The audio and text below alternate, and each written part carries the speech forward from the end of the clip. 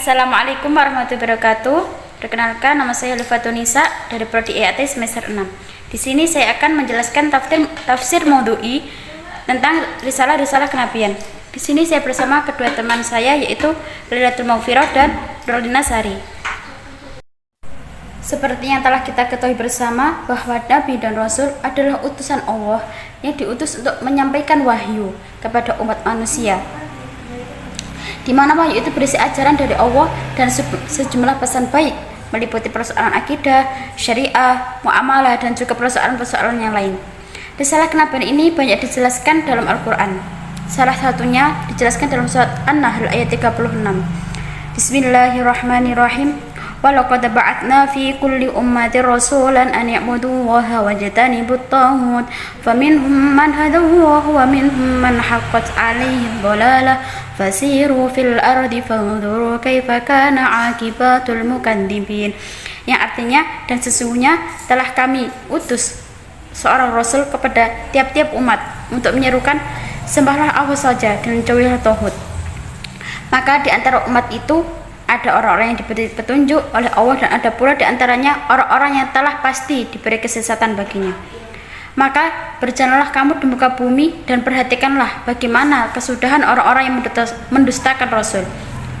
Ayat ini menjelaskan bahwa di setiap umat telah diutus seorang Rasul yang bertugas untuk menyampaikan risalah Allah. Isi dari risalah tersebut yang paling utama adalah mengesahkan Allah dan menjauhi segala bentuk penyembahan kepada selain Allah, yaitu menjauhi tauhid. Apa yang dimaksud dengan tauhid? Tauhid diambil dari kata toho yang berarti melampaui batas. Tauhid juga bisa dipahami dengan arti berhala-berhala, karena penyembahan terhadap berhala adalah sesuatu yang sangat buruk dan melampaui batas. Dalam pengertian lebih umum, kata tersebut mencakup segala sikap dan perbuatan yang melampaui batas, yaitu menyekutukan Allah dengan sesuatu yang lain.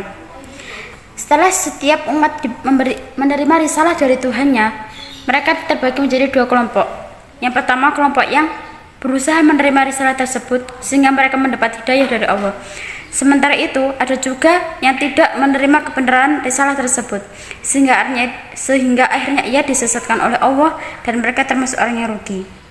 Allah berbuat demikian lantaran karena kelakuan mereka sendiri yang tidak mau mematuhi nabi mereka dan juga tidak mempercayai adanya.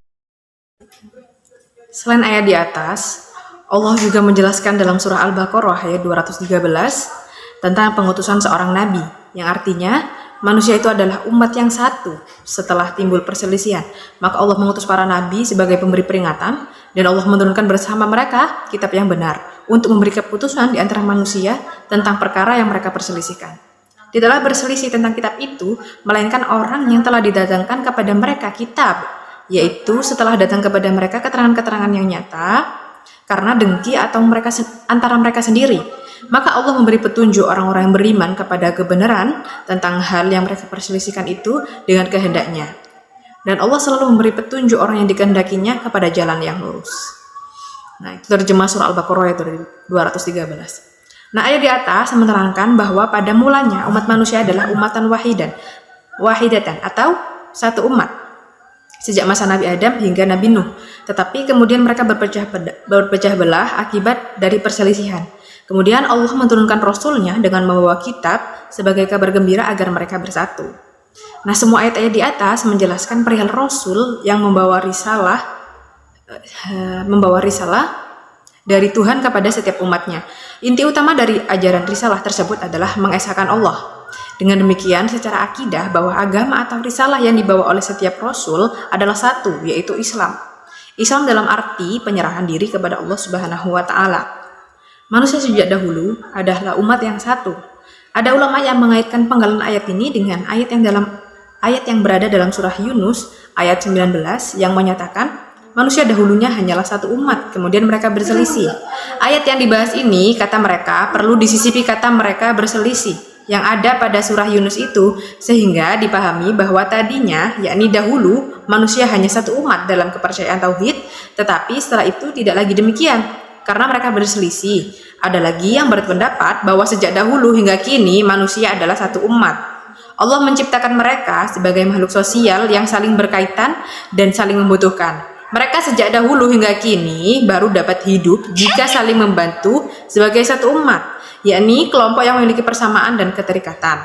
Karena kodrat mereka demikian, tentu saja mereka harus berbeda-beda dalam profesi dan kecenderungan. Ini karena kepentingan mereka banyak, sehingga dengan perbedaan tersebut, yang ini dapat menyiapkan satu jenis kebutuhan untuk dirinya dan orang lain, dan yang itu menyiapkan jenis kebutuhan yang lain pula untuk dirinya dan orang lain.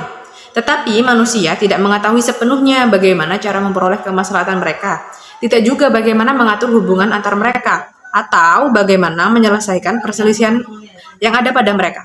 Di sisi lain, manusia memiliki sifat egoisme yang dapat muncul sewaktu-waktu sehingga dapat menimbulkan perselisihan. Karena itu, Allah mengutus para nabi untuk menjelaskan ketentuan-ketentuan Allah dan menyampaikan petunjuknya, sambil menugaskan para nabi itu sebagai pemberi kabar gembira bagi yang mengikuti petunjuk itu, dan pemberi peringatan bagi yang enggan mengikuti. Allah menurunkan bersama mereka kitab dengan benar.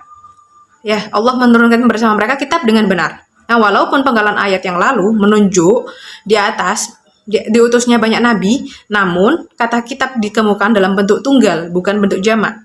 Ini karena prinsip-prinsip ajaran ilahi yang dibawa oleh nabi-nabi itu, serta yang tercantum dalam kitab-kitab yang diturunkan, pada hakikatnya adalah sama. Sehingga ia seakan-akan hanya satu kitab.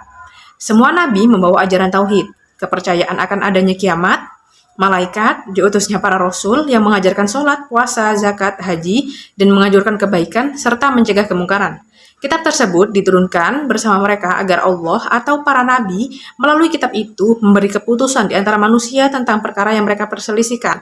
Tetapi kenyataannya tidak demikian. Setelah kitab tersebut berada di tengah-tengah umat, tidak mereka jadikan rujukan dalam menyelesaikan perselisihan, justru menjadikan mereka berselisih. Dan sungguh anehnya, mereka yang berselisih adalah mereka yang menerima kitab itu.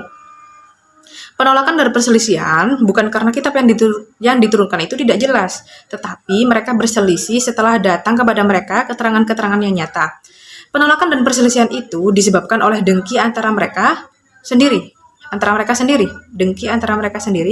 dan lahirnya kedengkian tersebut adalah bersumber dari keinginan untuk mengambil sesuatu yang sebenarnya tidak berhak baginya untuk mengambil sesuatu tersebut.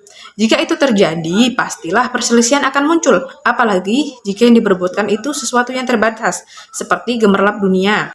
Apabila hal ini terjadi, pasti akan menimbulkan sebuah persaingan serta menghasilkan kedengkian antara mereka sendiri. Jika demikian, keadaan mereka yang merendahkan orang-orang yang beriman serta mengejar gemerlap duniawi, itu perbuatan mereka berbuat seperti seorang hamba yang melupakan tuntutan kitabnya. Namun keadaan sebaliknya adalah keadaan mereka yang mengindahkan tuntutan kitabnya Allah. Dengan demikian, mereka itu tidak bingung, tidak juga terperdaya oleh gemerlap duniawi yang dinikmati oleh orang-orang kafir. Allah selalu memberi petunjuk melebihi petunjuk yang sebelumnya yang telah dianugerahkannya kepada orang-orang yang dia kehendaki menuju jalan yang lebar dan lurus tanpa adanya hambatan. Ya, pembahasan selanjutnya yaitu mengenai hukuman bagi orang yang tidak mematuhi Nabi. Dalam Quran surah As-Saba ayat 28 yang berbunyi, "Wa ma arsalnaka illa kafatan lin-nasi basyiran wa nadhira, walakinna aktsarun nasi la ya'lamun." Dan kami tidak mengutus kamu melainkan kepada umat manusia seluruhnya sebagai pembawa kabar gembira dan sebagai pemberi peringatan, tetapi kebanyakan manusia tiada mengetahui.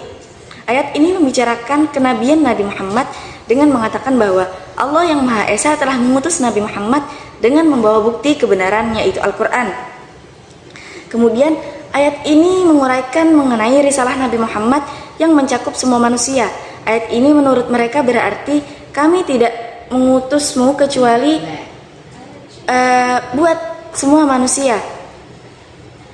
Pendapat ini sejalan dengan fungsi Nabi Muhammad yang diutus membawa rahmat bagi seluruh alam. Dan ayat ini dipahami oleh Tobat-Tobai mengandung argumentasi tentang keesaan Allah. Ulama itu menulis bahwa risalah atau pengutusan para nabi merupakan salah satu keniscayaan dan mengurus hamba-hambanya serta mengantar mereka menuju kebahagiaan. Tetapi kebanyakan manusia tidak mengetahui, dan arti kebanyakan manusia tidak mengetahui bahwa keterbatasan sumber pengutusan Rasul-Rasul hanya Allah yang Maha Esa. Sedangkan menurut Hamka, ketika menafsirkan ayat ini, yaitu segala manusia yang mendiami permukaan bumi ini adalah tujuan misi pendidikan Nabi Muhammad, dengan tidak memandang bangsa, memandang ras, dan memandang warna kulit, tetapi pada intinya yakni menghibur dan mengancam. Arti menghibur di sini yaitu memberikan kabar gembira tentang kebahagiaan jiwa di dunia, keluar dari gelap gulita kebodohan menuju terang benderang iman yang nyata. Mengancam di sini berarti memberi peringatan, barang siapa yang tidak mematuhi ajarannya maka hidupnya akan gelap dan tidak terarah. Kesimpulannya yaitu tugas kenabian, yakni Allah mengutus para nabi untuk menyampaikan risalah Allah, menjelaskan ketentuan-ketentuan Allah, dan menyampaikan petunjuknya, sambil menugaskan para nabi itu sebagai pemberi kabar gembira bagi yang mengikuti petunjuk dan pemberi peringatan bagi yang enggan mengikuti, dan Allah menurunkan bersama mereka kitab yang benar. Kemudian keistimewaannya adalah Allah selalu memberi petunjuk melebihi petunjuk yang sebelumnya telah dianugerahkan Allah kepada orang-orang yang Dia kehendaki menuju jalan yang lebar dan lurus dengan tanpa hambatan. Kemudian hukuman bagi orang yang tidak mematuhi Nabi yaitu menurut Hamka dalam tafsirnya mengenai hukuman yang tidak mematuhi Nabi, yaitu ia akan diberi peringatan berupa hidupnya akan gelap dan tidak terarah apabila tidak mematuhi ajarannya. Mungkin cukup sekian penjelasan makalah dari kelompok kami. Kurang lebihnya mohon dimaklumi dan dimaafkan. Wassalamualaikum warahmatullahi wabarakatuh.